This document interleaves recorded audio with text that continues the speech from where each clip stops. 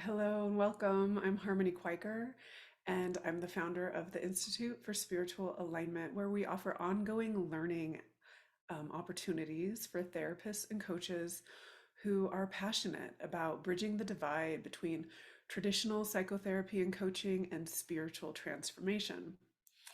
If you are a therapist or a coach who wants to learn how to deepen into the possibilities of supporting your clients, of clearing old emotional energy pollution, then this video is for you. But before we dive into that, I want to share with you my new book, Align Living and Loving from the True Self. In this book, I do share with you 5 ways to move subtle energy. Today, we're just going to go over one of them. But in here, I share with you the 5 ways that I've learned to support clients in mobilizing and metabolizing old emotional energy pollution. And I give you some tools to do that. I also have these new self-guided alignment cards, and I really, really love these cards. Every card has a wisdom teaching and a sentence stem to support you in your transformation and really deepening into um, anchoring into your home base. Um, so, As we begin, I want to start by sharing a personal story, and it's actually a personal story of my work with clients as I was learning how to support other people in mobilizing their emotions and old energy pollution. When I was a new clinician, I wasn't very good. I was really scared to confront or guide or direct attention and energy. And so, even though I could really see the fuller picture of the client, I didn't know what to do with it. I didn't know what to do with my seeing. And I wanted to make sure that whatever I did in a really consensual, collaborative way. And I wasn't taught that in graduate school. I went to an amazing graduate school, but this particular skill wasn't taught. And this was me really discovering how to guide a session that was authentic to the truth of who I am. And I remember I was sitting with a client who had complex trauma, and she would quickly go from really anxious to really mad to a deep collapse. And that cycle happened very, very quickly. And I was really scared when I was sitting with her because I deeply wanted to support her to move through that in a way that felt supportive and loving and co regulating. But my fear of causing harm and really not knowing what to do kept me sort of frozen in that session. As I continued to work with this client, I really discovered that this was a sacred opportunity to guide her in the deepest repair of her attachment system. And as she was able to repair her attachment system, she was able to remember the truth of who she is without clinging to the trauma, without identifying with the pain, without following the pattern of the wounding around. She could experience that that very very natural response to her trauma. She could experience it from her most resourced, awake self. Once I learned how to be the therapist that she needed in service of bringing more and more awake awareness into the session, which is our most resource self. It's the part of us that's already free and liberated and expansive and beyond energy and has been with us since before our conception in other lifetimes and will continue to be with us after we leave this body. Awake awareness.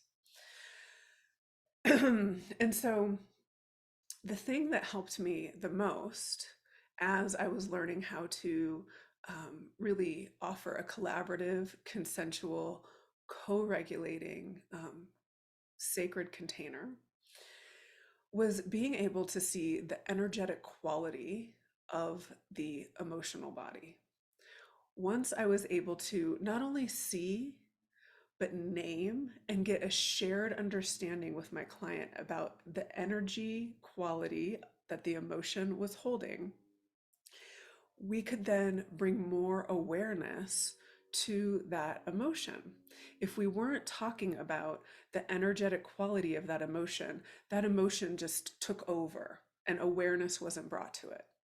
But by bringing awake awareness to the energetic quality, we had the capacity to mobilize that old emotional energy pollution. And so awareness is the number one way to move energy. So I shared before there are 5 ways, and I write about all 5 ways in my book, but the number one way is awareness, and specifically awake awareness. There's a difference between I'm aware that I'm in a trauma response, I know that, versus I can welcome and love my trauma response with my most resourced awake self from awareness itself, which does not actually come from the mind. So, the energetic quality of emotions, I just want you to contemplate for a moment. We'll just start with fear.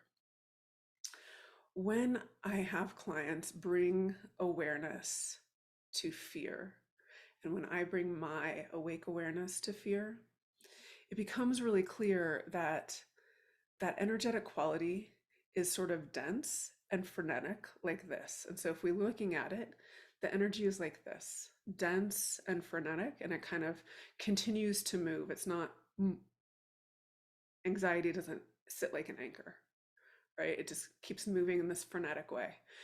And so if we can bring more and more awareness, both to the somatic sensation and the energetic expression, we can actually wrap that anxiety with awake awareness and paradoxically make more room for it. When we're able to make more room around the anxiety, that fear can move through us. It has a space for all of that energy to cathart naturally and go. And this is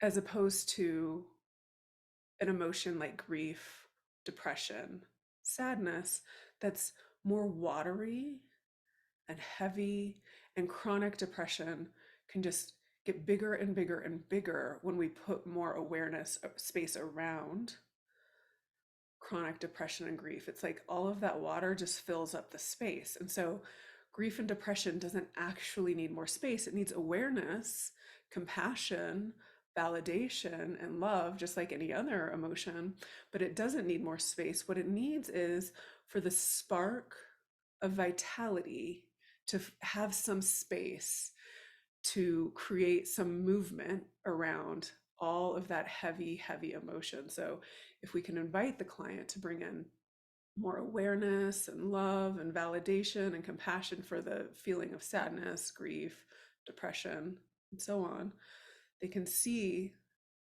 that watery emotion and then find the spark of their vitality, the part of them that wants to be here, the part of them that has a purpose, that has a life force, that is choosing to be in this body and choosing to be in this life. And that spark is actually what allows that grief and that watery emotion to start to move. And once it starts to move, we can invite the client to allow that wave, because grief is like a wave, it's like an ocean, to move through them, as opposed to sitting there stagnant at the bottom of their energy body. That grief can start to move through them like a wave. And sometimes I even say, just let that wave move through you. Learning how to allow emotions to move through us is really what allows us to be clear of old emotional energy pollution. So with that, I just want to remind you that I am launching my new courses. I have so many courses on my website. I have courses for everybody, for spiritually aligned relationships and living your alignment. And I also have courses for therapists and coaches. I have a signature course courses about working with energy, guiding spiritual alignment, um, trauma informed spiritual alignment, and so on and so forth. So please take a look at my website, thespirituallyaligned.com, and I look forward to being with you next time.